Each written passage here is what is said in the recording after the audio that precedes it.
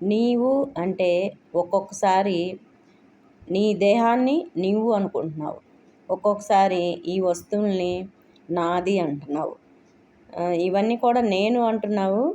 మళ్ళీ same time దేహాన్ని దృష్టిలో పెట్టుకొని నా చెవి నా కన్ను అంటున్నావు. అసలు నువ్వా లేకపోతే నీదా అనేది నువ్వు అర్థం చేసుకోవాలి. నాది అంటే అది నీకు భిన్నంగా ఉంది అని అర్థం. నాది అంటున్నప్పుడు దానికి నువ్వు వేరుగా ఉన్నావు అని అర్థం. నేను నాది అని కలగలిపి అంటున్నావు. నీది కాని దాన్ని నువ్వు అనుకుంటున్నావు. నిన్ను నీవు అని అనుకోలేకపోతున్నావు. నిన్ను నీవు తెలుసుకోలేకపోవటం వల్ల అజ్ఞానంలో ఉన్నావు.